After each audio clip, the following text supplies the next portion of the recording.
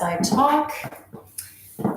So my name is Megan. I am a bikini competitor, posing coach, as well as a lifestyle coach for weight loss, which I love to emphasize that it's not just weight loss. You also need to incorporate building muscle to give you a better life, being stronger, being able to have more focus, not just cutting calories and doing excess amount of cardio. That is a little bit different when you are in bikini prep or any kind of bodybuilding prep.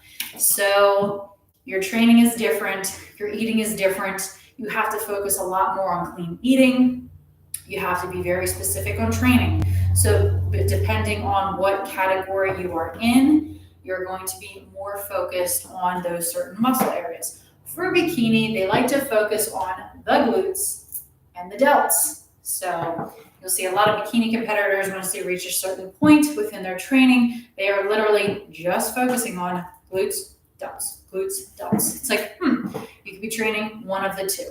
So that's why it can get repetitive, it can get boring, but if you are smart in how you train, you can mix it up. It's very important to have a structured plan. You can't just go into the gym willy-nilly, and if something is taken, you need to improvise, and you need to be able to do the same types of exercises. Whether you're using a shoulder press machine, shoulder press barbell, dumbbells, doesn't matter. You need to be able to do similar movements to keep that progress going. You also need to practice posing. So for a bikini, for an example, it's just focusing on the front pose. All right, you got your little snazzy transition here, and then they focus on the back pose. All right, as well as a walk. So they will tell you to walk to the back. Not that you want to bring your hands up. I'm just explaining. There's a little bit of Italian in me. They test you on these things, so there's different things that they look for in the posing. For example, in the front pose, which you have to your advantage on either side, what they're looking for is the balance. Let me repeat, the balance of your upper and lower body. So in this pose, they are looking at where this delt line is in comparison to the glute line. At the same time, they're looking at your conditioning. So how much of your abs can show, not looking too ribby. You can look leaner by, I can't do it because I'm too fluffy. But a lot of times, if you don't have a lot of muscle, or if you don't have natural ab definition, which is why it is important to incorporate some ab training, even though it's not doing it to make your waistline come in, training your abs does not do it. It just further enhances your ab definition. So building that rectus abdominis in the front, the six pack, if you will.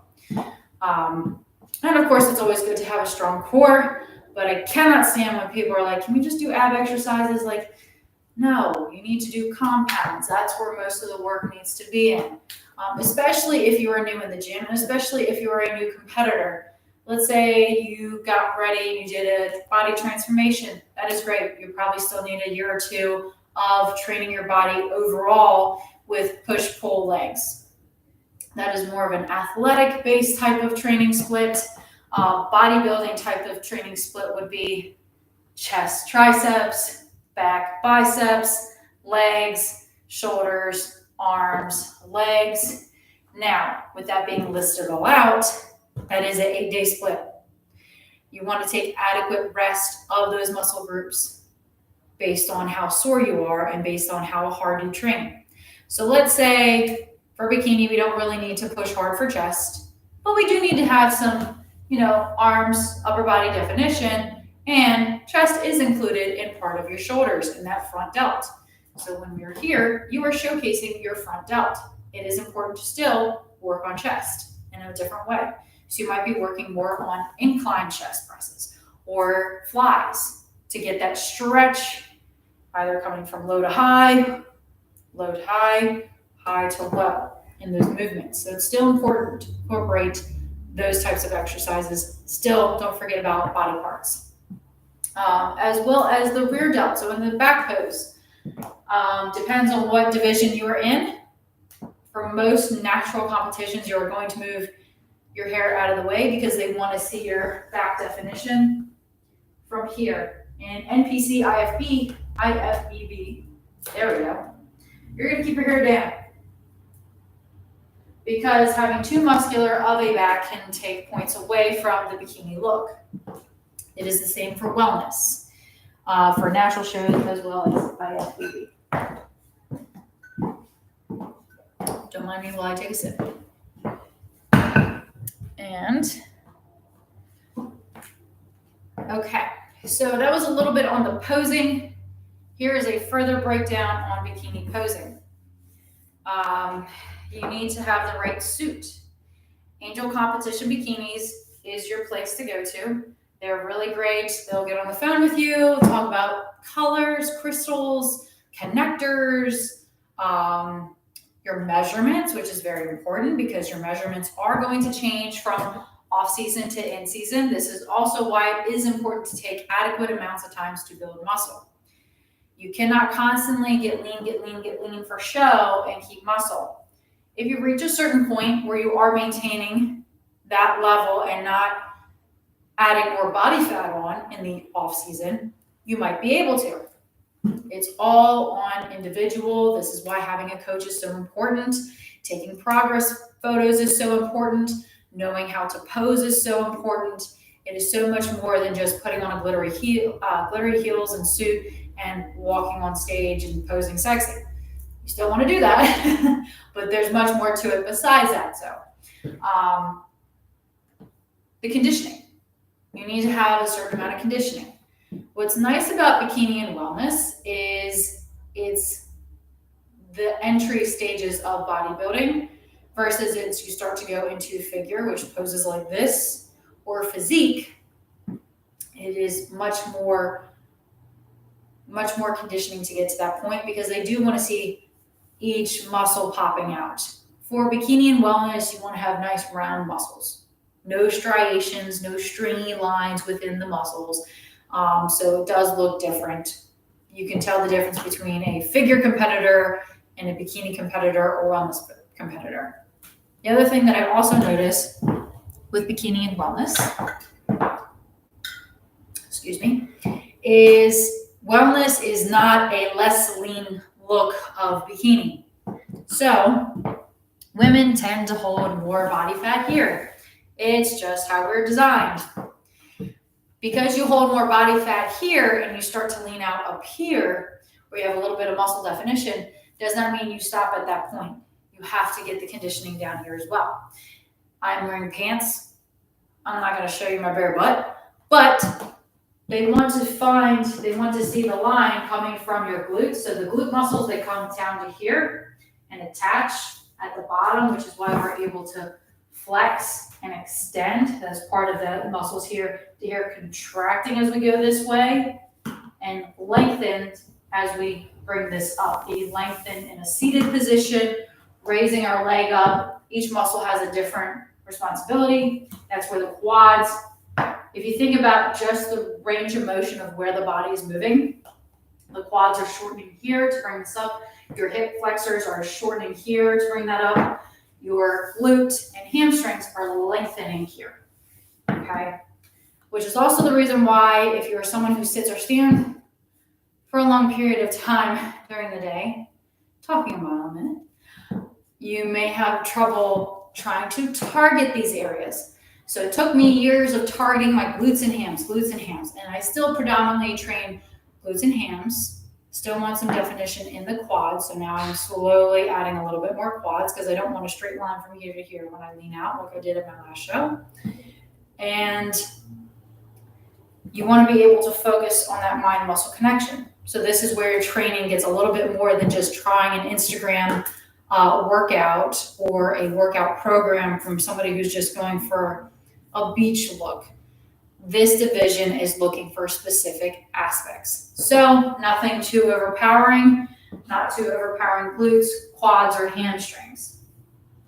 Wellness, go for it. Bikini, balance. Okay, so the glute muscle, I should do this in a different video one day as I draw it out. It attaches up here at the hip. This is how, if you have weak glutes or tight glutes, you can have low back pain because that's where it attaches up at the hip. All right, just to keep it simple. All right, and it fans out. There's 3 different muscle groups of the glutes, just like there is for the pecs. So there's different parts here. They attach here. Your hamstrings are up in here and down to here. They split. Okay. So in bikini and wellness, they want to see the glute hamstring tie-in. There is a line on the inside here, so it looks like a nice shape. They want to see the outer glutes. So should have pictures with this. They want to see a well-rounded glute, nothing too full and nothing too flat. So it takes time to develop that density of the muscle. You can still have, a leaner look, but it takes time to build the muscle. You can get away with showcasing it in your side pose. Like you can see, I have my glute bump, my hamstring here. That's great, but it's a little bit harder to pull that out in the back pose. The back pose is where you win. Another thing that they're looking for in the back pose, whether you're in IFBB, NPC, or a natural show, is your rear delts. Again, they want to see that from the back. Balance. So that's why you need to know your foot placement. They don't want it too wide. They don't want you bending too far forward, because then you're showing things that you shouldn't be showing.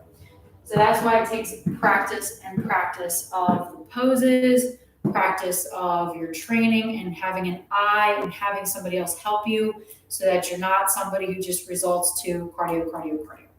Depending on what kind of cardio, you can really waste away muscle, which is not good. Ooh. Getting your water is very important. If you're a competitor, you have to pee all the time. There's no way around it. You need to get your gallon in. And as you get closer to show, you're going to take away carbonation. You're going to be mindful of sweeteners, all those types of things. Along with nutrition in your food, you want to make sure you are having adequate amounts of protein. Adequate amounts of protein are going to ensure that you're going to keep your muscle. Very important. Very important if you're not a competitor either. So I still tell my lifestyle clients to up the protein. Athletes who are going for performance, running a mud run, are doing obstacle courses, equestrians, wrestlers, dancers, anybody, you need to have adequate amounts of protein. I don't care who you are. You can be grandma or you can be grandson. You need to have adequate amounts of protein. How you get that is very important. I don't totally disagree with vegan. I rattle some feathers here. But I definitely don't feel like cutting all animal proteins out is valuable. If you're eating clean foods, if you are not deep frying your chicken, if you're not having bacon with everything, you're going to choose lean meats, have some fish for those healthy omega-3s, you're in the right direction of your proteins. Peanut butter is not a protein source. It is a fat source. Another thing that's very important as you go along in your prep or your weight loss journey is to make sure that you are not going way below the levels of your caloric intake. So having adequate amounts of carbs, fats, and proteins to ensure that your hormone levels are going to be good, your satiety is going to be good. So this is during your building phase.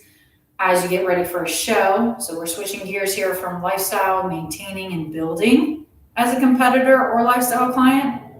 That's a happy medium, is being able to maintain a certain weight to slowly build on muscle. No crazy dieting, no crazy yo-yo off and on of the calories. Now, as you are somebody who wants to take competing seriously, then you're going to have to slow and steady, bring it down, clean up the foods. No extra bites, no extra sauces, no extra condiments. If you're somebody who puts cream in your coffee, you're going to learn how to drink black coffee or not at all, because you can't be having those types of things. Those things can influx here. Yes, I have been having a little bit of milk in my coffee, but with my collagen. The supplements, taking adequate amount of supplements is a great segue into the next topic. I do suggest people take a few supplements, whether you're a competitor or not, as a vitamin D, a fish oil, and creatine. And let's argue, for heaven's sake, a multivitamin. Okay? For the most part, those 4 supplements will not hurt you.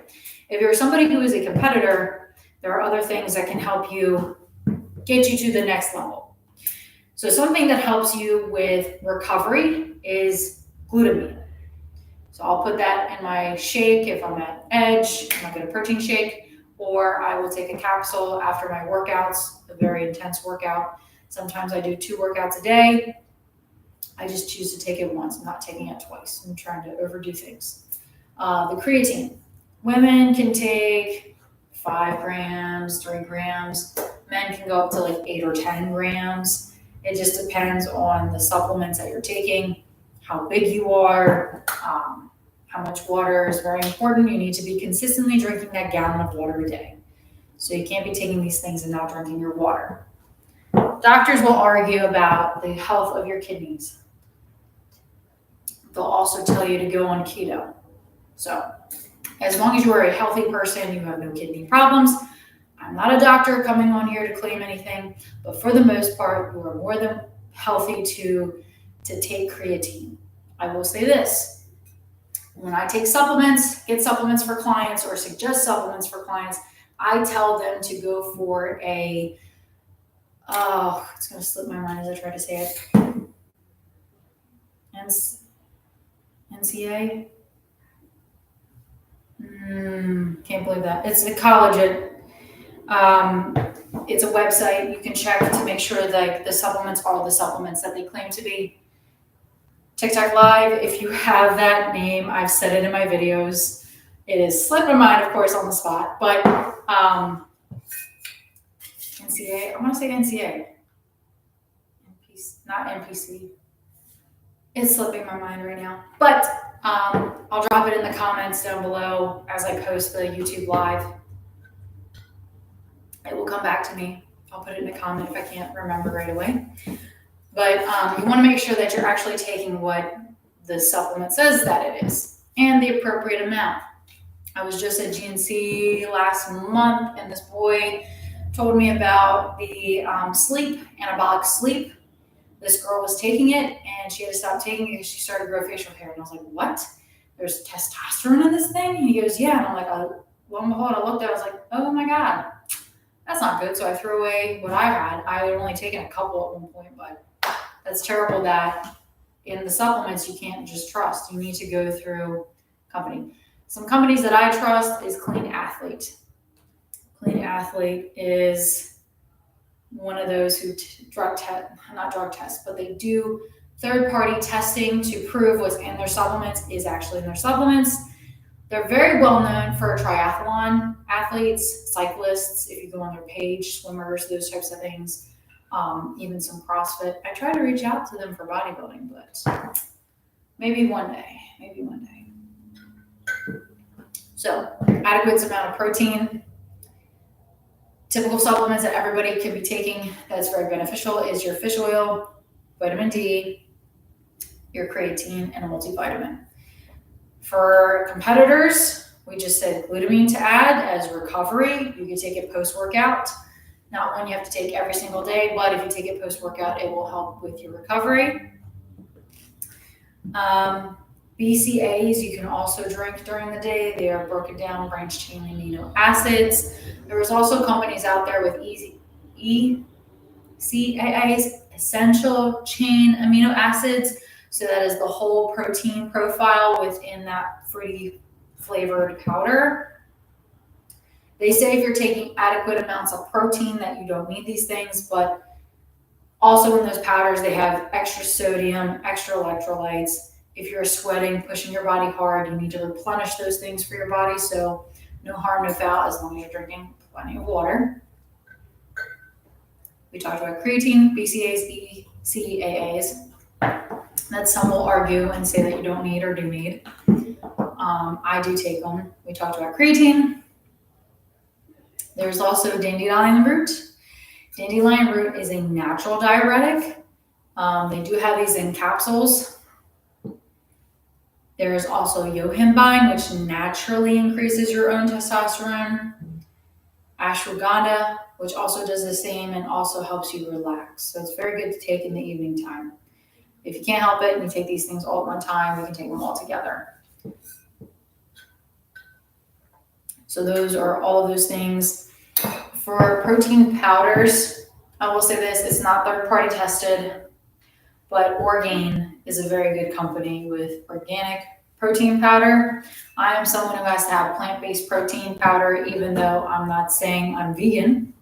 I just happen to really like their protein powder. Plus, they have a sport one that is 30 grams a serving instead of the 20 grams. So if you're someone who needs a plant-based protein, go try Orgain. Of course, they have simple chocolate and vanilla.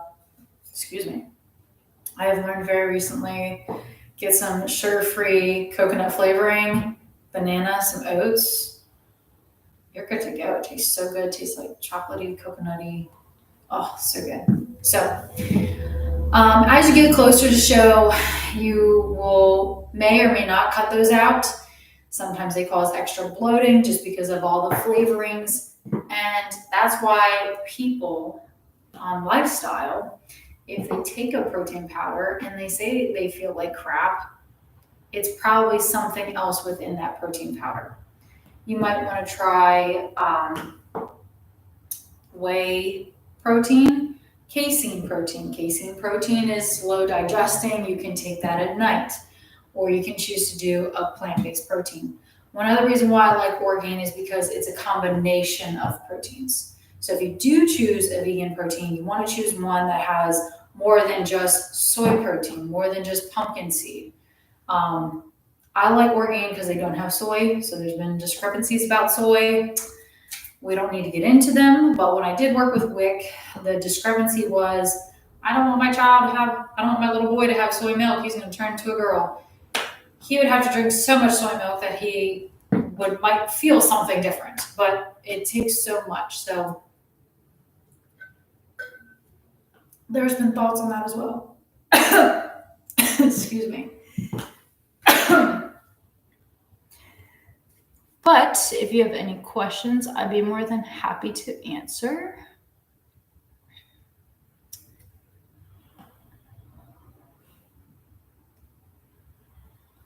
About posing, prep, lifestyle, weight loss, all those good things. If not, I think that is it for now. Thank you for watching and listening. And I will be coming back on for the next topics.